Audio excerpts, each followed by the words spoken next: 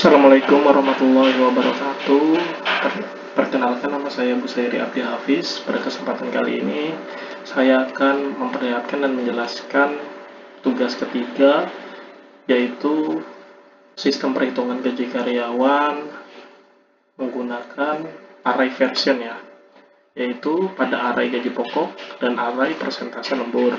Di sini saya menggunakan Java NetBeans karena saya bisa menampilkan user interface-nya bukan berbentuk terminal, jadi mempermudah untuk menjelaskannya. Dan di sini untuk source codingnya dan di sini untuk desainnya ya. Pertama-tama kita jalankan terlebih dahulu.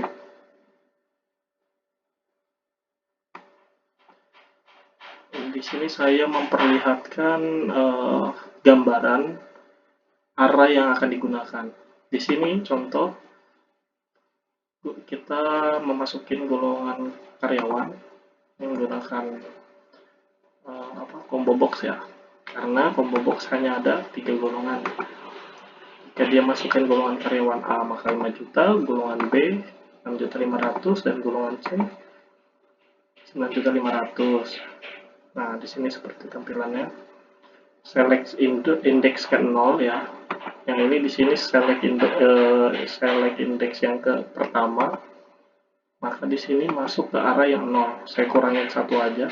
Jadi kalau golongan maka dia nggak akan mendapatkan ini ya. Jadi contoh kita masukin yang golongan karyawan B, kita masukin persentase lemburnya 1 jam misalkan akan mendapatkan 30%, dan begitu pula sebaliknya 2 jam, 3 jam, 4 jam, 5 jam, bahkan sampai seterusnya 6 jam akan tetap dihitung 38% atau masuk ke dalam array persentase lembur yang ke-5 atau ke-4 ya, indeks ke-4. Karena array itu menggunakan dari indeks ke-0 sampai seterusnya. Gitu. Sampai ini kita masukin 6 jam. Jika kita hitung, maka akan mendapatkan 6.500.000 gaji golongan dan gaji lemburnya 2.470.000 dengan jumlah penghasilannya sekian 8.970.000. Namun jika nanti user tidak memilih golongan maka dia akan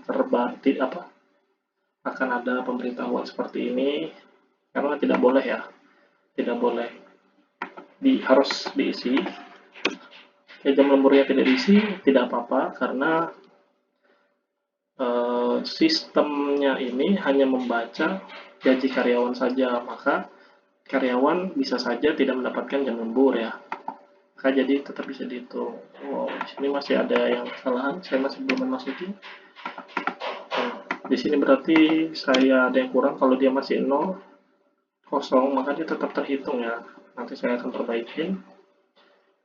Dia masih terbaca yang sebelumnya dengan contoh seperti ini.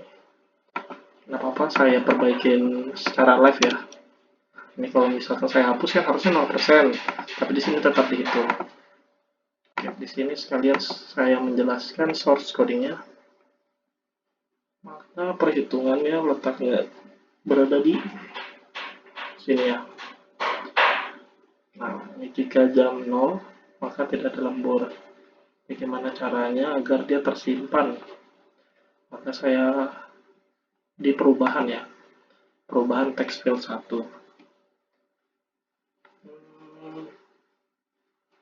Di sini harusnya jika dia empty maka persen sama dengan 0. Jangan lupa titik koma. Kita save terlebih dahulu. Kita lanjutkan. Di sini untuk run filenya, kita masukin golongan Semarang. Lalu awalnya kita simpan 2 jam, 1.600.000. Namun jika dia tidak diisi, harusnya terbaca 0% ya. Nah, seperti ini. Sudah saya perbaiki. Gitu. Oke, saya akan menjelaskan codingannya. Bagaimana semuanya bisa bekerja.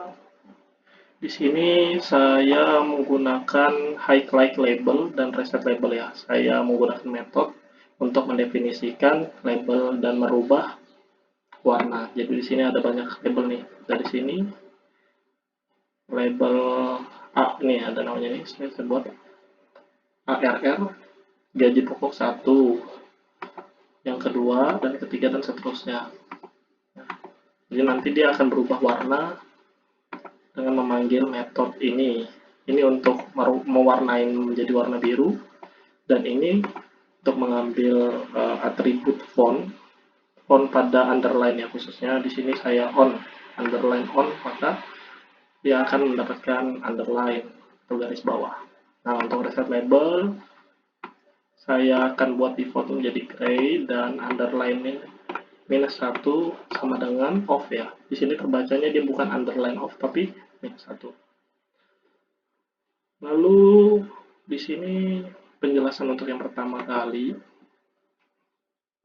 Pada saat user menginput ini ya, combo box 1. Combo box 1 itu yang ini. Combo box 1. Di sini kita bisa lihat J combo box 1.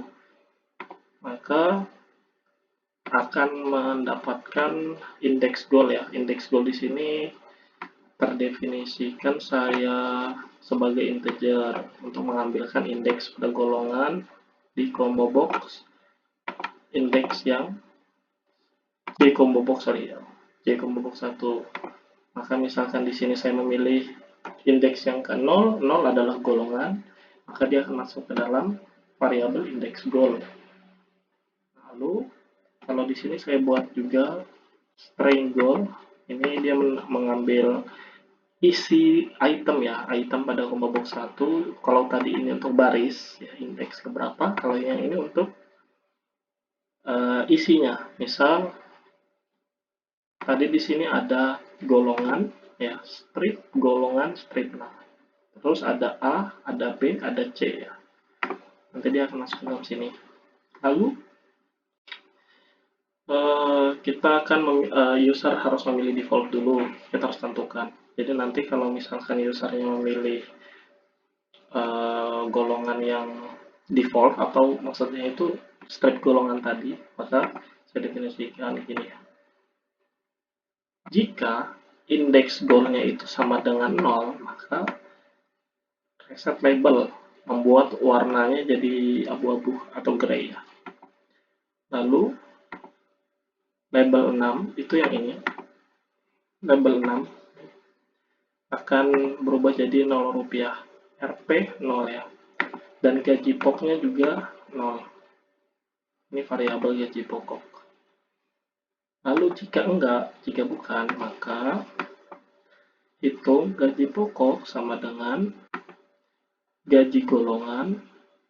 Nah, ini di sini pemanggilan arraynya ya. Gaji goal.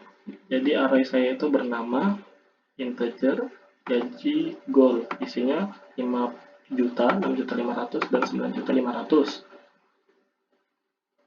Gitu. Kembali lagi tadi gimana sih ya. Jadi, misal indeks goalnya tadi berapa? 0 ya. Kalau 0 kan dia masuk sini indeks goalnya. Tapi kalau dia indeks goalnya lebih dari 0 ya, atau bukan sama dengan 0, maka masuk ke dalam sini dan indeks goal contoh 2. Maka 2 dikurang 1 sama dengan 1. Maka yang akan dipanggil yaitu berapa? 6.500.000 karena ini adalah 1. Ini 0, ini 1, dan ini 2 ya. Seperti yang saya bilang sebelumnya. Maka masuk ke dalam variabel gaji pokok ya, gaji pokok ini nanti akan kita gunakan untuk perhitungan gaji. Dan di sini label 6 kita set text sebagai ini format currency-nya. D ini untuk integer saja, jadi saya nggak menggunakan double, saya menggunakan integer. Nah, akan mendapatkan format currency begitu. Di sini tadi ya, RP 5 juta 500.0000 ya. Dan begitu juga yang lain. Lalu reset label secara default ya. Nih, kita reset label semuanya, dan di sini saya menambahkan highlight-nya, misalkan garis bawah tadi gitu nih. Seandainya user memilih golongan ke A, maka high labelnya akan berwarna tulisan ARR gaji pokok 1, gaji pokok 1, sorry. Nah, untuk break ini maksudnya jika fungsi ini dia menghentikan biar di dalam switch case ini nggak dijalankan. Itu aja sih. Selanjutnya di sini saya menambahkan text field key pivot pada saat user mengetik, dia sebelum berarti pada saat ditekan. Dia hanya boleh menggunakan karakter digit ya. Nah, di sini penjelasannya. Ini mendapatkan tipe kuncinya apa, keyboard yang ditekan gitu. Makanya kalau dia bukan digit, maka akan diblokir menggunakan fvt.consume dalam kurung titik 2. Tapi kalau enggak, dia akan terinput. Nah, di sini untuk terlepasnya, saat usernya memilih, ini kan text key fieldnya ini. Jadi dia hanya bisa memasukkan angka. Selain angka, kita blokir. Nah, ini sama ya. Kalau dia kosong, tidak diketik, maka set label 5 itu 0% yang di sini. Persentase lembur. Di sini saya juga memasukkan variabel persen sama dengan 0. Nah, di sini return di dalam if, maka selesai. Nggak, yang di bawahnya, sintak di bawahnya nggak akan dijalankan ya, karena ada return. Maka hentikan proses.